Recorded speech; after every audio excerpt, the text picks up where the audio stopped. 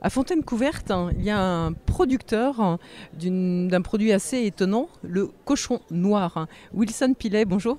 Bonjour. Le cochon noir, c'est une race qu'on a peu l'habitude de voir par chez nous en Mayenne.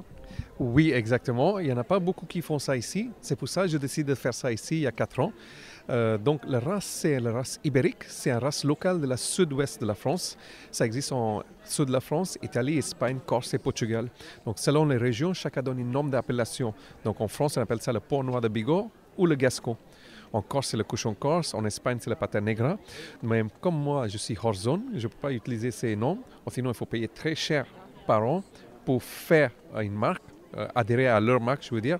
Donc, j'ai décidé d'être tout seul et faire ma propre marque. Comme c'est une race noire, c'est un porc noir, je l'appelle porc noir, et c'est une race rustique, donc c'est porc noir rustique, le nom de mon entreprise.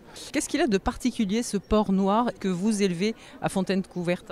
Moi, j'ai décidé de faire ça en bio et en plein air, intégralement. Donc, de la naissance jusqu'à l'abattage, mes cochons, ils restent dehors, en plein air.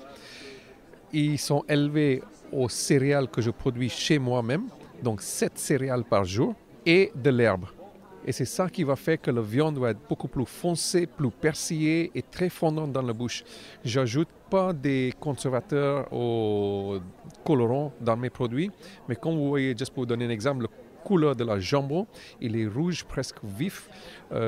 Ça donne une indication de la qualité de la produit sans avoir de sel nitrité ou nitraté pour la conservation. On n'utilise que du sel de Guérande ou la plupart des produits naturels. En fait, je fais ça au début pour moi parce que je voulais manger des produits sains et pour ma famille, mes enfants surtout. Je pense à leur avenir. Et en faisant ça, je me suis dit, si on peut faire un petit peu plus pour la vente, pourquoi pas? Et l'histoire a commencé comme ça. Des fois, c'est compliqué, mais voilà, on essaye de faire toute une gamme de produits. Donc, on fait toutes les viandes séchées, jambon, copa, lomo, saucisson, pancetta, qui est excellent. En verrine, on fait pâté, rillettes, le boudin noir tartiné, qui est mon produit phare, qu'on peut manger sur des toasts, tout simplement. On juste fait un sandwich. Et sinon, on fait aussi de la viande fraîche en colis de 5 kilos. Voilà, et il y a un peu de tout dans cette colis.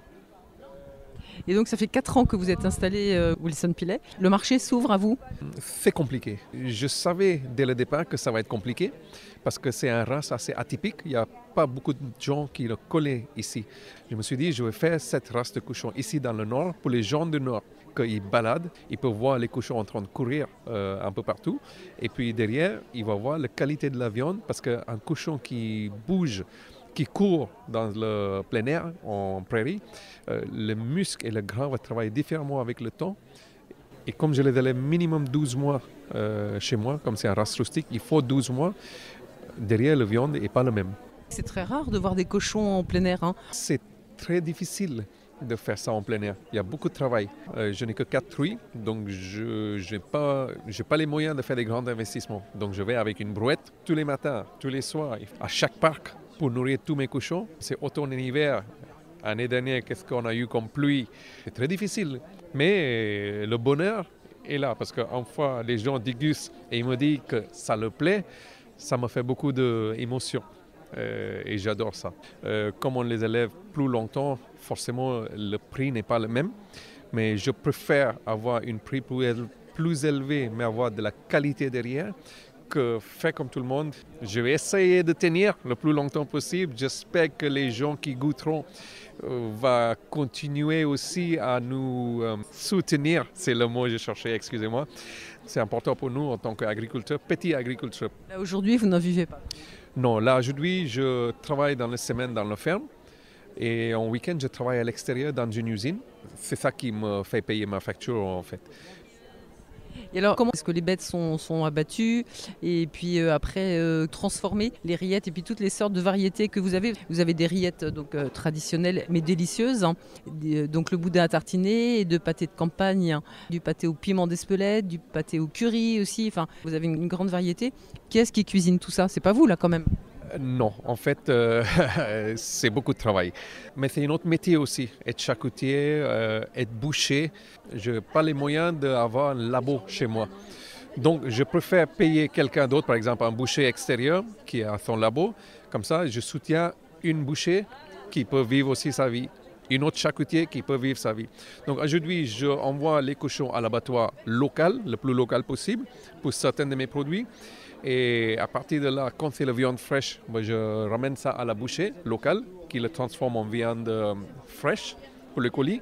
Et quand c'est des verrines ou des viandes séchées, c'est une autre abattoir qui est un peu plus loin, parce qu'en Mayenne, il n'y en a pas des ateliers ou des labos qui sont agréés bio pour faire sécher la viande aujourd'hui.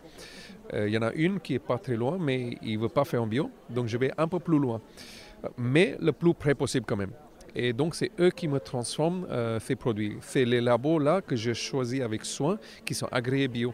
Merci beaucoup, Wilson Pilet, de cette ouverture sur le porc noir rustique et bio que vous produisez à Fontaine Couverte. On vous retrouve donc à Fontaine Couverte et puis vous êtes aussi partenaire de Bienvenue à la ferme, donc on vous trouve aussi sur le site de Bienvenue à la ferme. Exactement, c'est ça. Merci beaucoup, merci.